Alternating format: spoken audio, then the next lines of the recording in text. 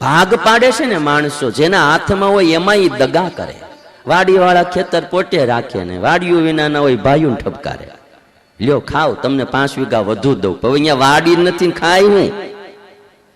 આવી દગાદુગીઓ ના કરવી, ઉદાર મન રાખવું, ઉદાર બુદ્ધિ રાખવી.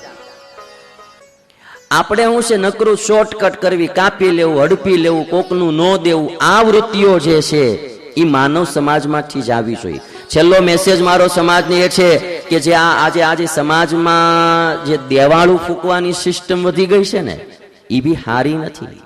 હવે લોકોને એક માઇન્ડમાં આવી ગયું છે, લઈ લો પછી દેવું નહીં. મારે આજે 2-3 તમને આ વ્યવહારિક વાતો કેવી. સ્વામિનારાયણ ભગવાન વર્ષો પહેલા શિક્ષાપત્રીમાં કહી ગયા, જે આ ફાઇનાન્સ નું કરનારા તમે ભાઈઓ કોઈ હો, તો તમે બહુ ધ્યાન રાખજો બાપલિયા. જે તમારી પાસે 10% લેવા આવતા હોય ને એમાં લગભગ અડધા તો બૂશ મારવાના. અને તમને એમ થાય કે હું 3% લાવું ને એને 5% આપું, પણ એ 3% થી લાવવામાં ઓલો 5% વાળો તમને 2-3 વાર તો વ્યાજ દે, પછી મૂળગા લઈને જાય અને તમે ભીહમાં આવી જાઓ. મેં અમારા 2-3 હરિભગતને કીધું, ભાઈ જો બીજો ધંધો કઈ મળતો હોય તમે આમાં બહાર આવી જાઓ. કારણ કે અટાણે માણસોની દાને તો દેવાની જ રહી જ નથી. અટાણે ભાઈઓના ભરોસા નહીં, જમાઈના ભરોસા નો થઈ લ્યો. અમારે એક મિત્ર કેતો તેના મિત્ર ને કે હું દુનિયામાં હું તો 2 જણાનો જ ભરોસો રાખું. એનો મિત્ર કે કોનો?